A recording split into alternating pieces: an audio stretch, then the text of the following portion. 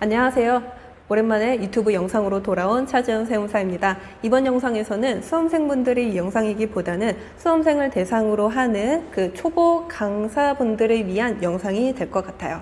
여러분들 그 강의를 하기 위해서는 물론 배경 지식이라든지 혹은 실무적인 경험 매우 중요합니다. 하지만 그것보다 중요한 게 그 강의를 진행을 할 서브 교재, 문제집이라는 거죠. 이렇게 문제집을 만들어야 하는데 초보 강사분들은 굉장히 어려움을 많이 겪어요. 왜냐하면은 내가 지금까지 문제집을 필기나 했지 만들어 본 적도 없고 문제집에 대한 구성도 어떻게 짜야 되는 건지 모르기 때문인 거죠. 저 같은 경우에도 21년도 겨울 혹은 뭐 가을쯤에 이페스 코리아에서 연락이 왔어요. 그래가지고 전산세무 2급이라는 과정을 이렇게 같이 진행하도록 이렇게 계약을 맺었는데 문제점은 뭐였냐면은 제가 문제집을 만들어야 된다는 거였습니다. 저는 그때까지만 하더라도 강의라고 하는 거 기존 책, 시중에 있는 책을 가지고 그냥 칠판에서 강의를 하는 그 정도로만 생각을 했는데 대부분의 대형 학원에서는 그렇게 진행을 하지는 않더라고요. 베이스가 저자 직강입니다. 그렇기 때문에 대부분의 강사가 책을 만들고 그 책을 바탕으로 강의를 진행을 하는 거예요. 그렇다고 하면은 이 강의를 하기에 앞서 가지고 우리가 문제집을 만들어야 되는데 어떤 점을 유의를 해야 하는지 저의 경험을 바탕으로 5가지로 요약해서 말씀드리도록 하겠습니다. 일단 그 첫 번째는 목차를 구성을 해야 한다라는 것입니다. 이 전산세무 2급이라는 문제집을 제가 만들 때까지만 하더라도 이게 목차를 어떻게 구성을 해야 할지 기존의 책을 이렇게 참고를 해봐도 약간 애매모호했어요. 물론 뭐 대부분의 전산세무 목차가 비슷비슷합니다.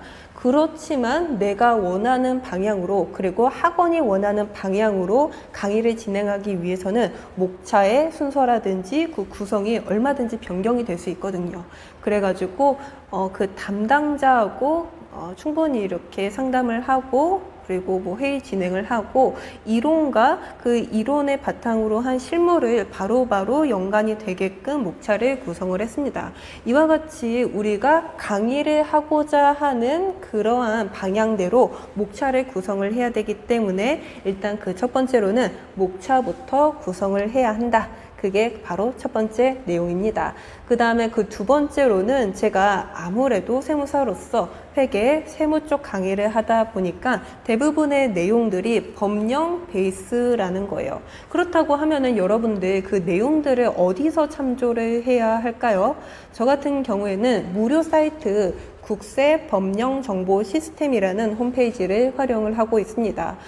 일단 회계, 그 다음에 세무 같은 뭐 기본적인 뭐 법령이라든지 내용들을 그쪽에서 확인을 할 수도 있는 거고, 그리고 무엇보다 무료이다 보니까 여러분들 부담 없이 자료를 한번 참고해 보시면 좋을 것 같아요.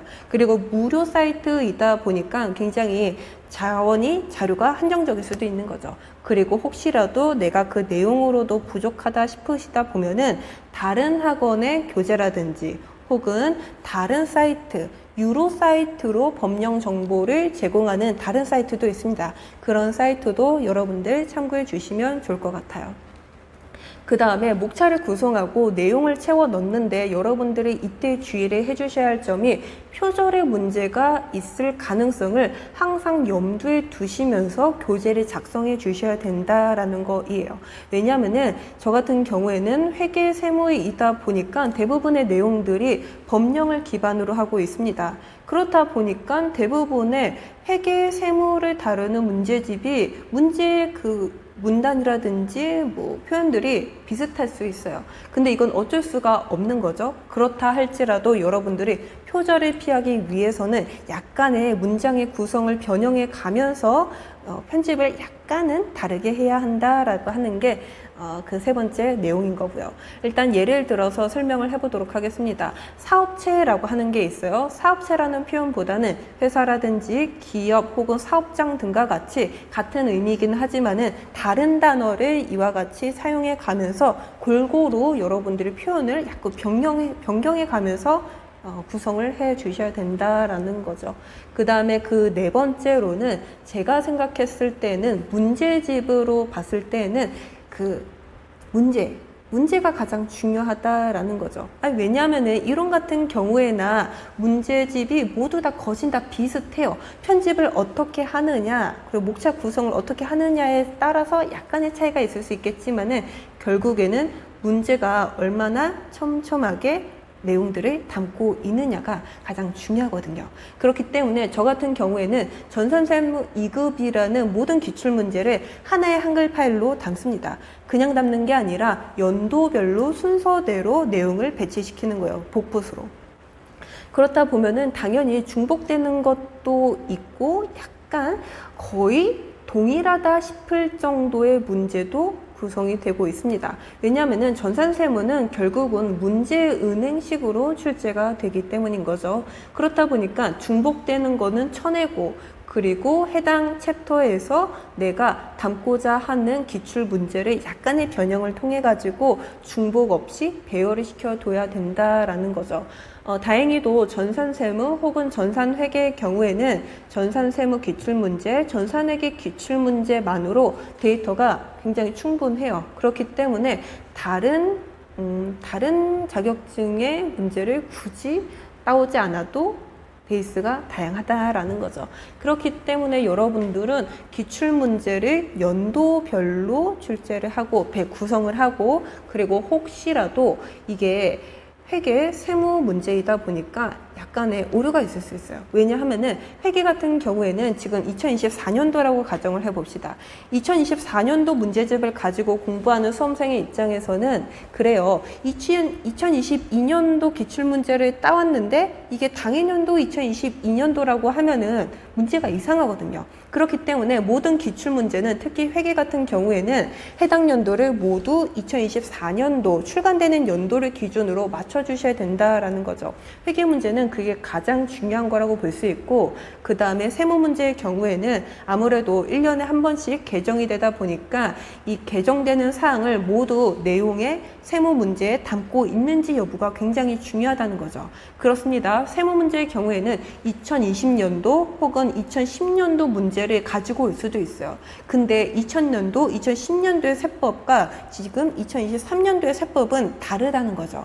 그렇기 때문에 문제를 가지고 오되 이 문제상의 내용이 혹시라도 개정된 내용이 구성이 반영이 안 된 건 아닌지 한번 체크를 해보셔야 된다라는 겁니다. 이거는 전산세무 혹은 전산회계와 같이 그냥 단순히 그 기출문제 가지고 문제를 구성했을 때 얘기고요. 조금 더 나아가자면은 감정평가사 혹은 관세사 같은 그러한 1차 과목의 세법이라든지 혹은 회계학 그런 강의가 있습니다. 근데 거기에서는 아무래도 전문 자격증이다 보니까 감정평가사 혹은 관세사에서 기출된 문제뿐만 아니라 회계사라든지 혹은 세무사에서 기출된 세법 혹은 회계학 내용도 이와 같이 추가해가지고 구성을 하면은 좀 더 내용이 풍부해질 수 있다라는 점이 있죠. 그렇기 때문에 문제집 같은 경우에는 이론 구성도 매우 중요하지만 문제집이 오류 없이, 그리고 어떠한 오타도 없이, 그 다음에 정답이 틀리면 안 되겠죠. 그 다음에 해설이 틀리면 안 됩니다. 문제집이 훨씬 더 중요한 것 같아요. 그게 4번째 사항이었었던 거고, 마지막 5번째로는 오타입니다. 문제집을 구성하는데 여러분들 법령을 그냥 복붙하는 경우도 있기는 하지만은 법령이 굉장히 복잡하게 되어 있어요. 그 복잡한 법령을 가지고 우리가 알기 쉽게 내용을 쉽게 편집을 해야 되거든요. 근데 그 편집하는 과정에서 아무래도 이렇게 캡처하다 보고 그리고 타이핑을 하다 보면은 오타가 발생할 수밖에는 없습니다. 그 오타를 여러분들이 마지막 문제집을 나오는 전 과정에서 이걸 다 이렇게 해야 되는데 그게 안 돼요. 여러분들 오타 같은 경우 얼마나 잡아낼 수 있을 거라고 보세요? 일단은 1판으로 나온 문제집 같은 경우에는 오타가 굉장히 많습니다. 근데 오타가 많은 게 여러분들 내가 오타를 만들고 싶어 가지고 만든 게 아니에요. 어쩌다 보니까 내가 시간 안에 맞춰 가지고 오타를 다 잡아내지 못한 경우죠. 그런데 여러분들 오타라고 하는 게 그 문제를 계속 만드는 사람 입장에서는 오타가 잘 안 보입니다.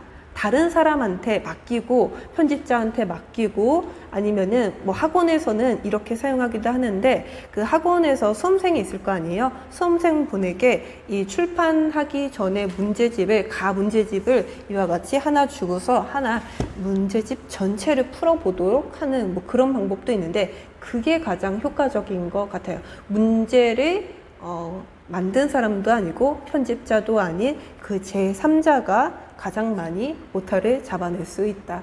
근데 우선적으로는 강사, 편집자가 잡아내야 되는 거겠죠. 그렇기 때문에 이게 뭐 1판, 2판, 3판으로 가면서 문제 구성이라든지 혹은 오타도 좀 더 수월하게 그 다음에 더 잡아내기도 하는데 1판에서는 그게 약간 조금 부족한 것 같습니다. 그렇게 여러분들 초보 강사로서 강의를 시작하기 위해서는 문제집을 이와 같이 만들어내야 하는데 어떤 것부터 여러분들이 구성을 하고 유념을 해야 하는 건지 5가지 사항에 대해서 말씀을 드렸습니다.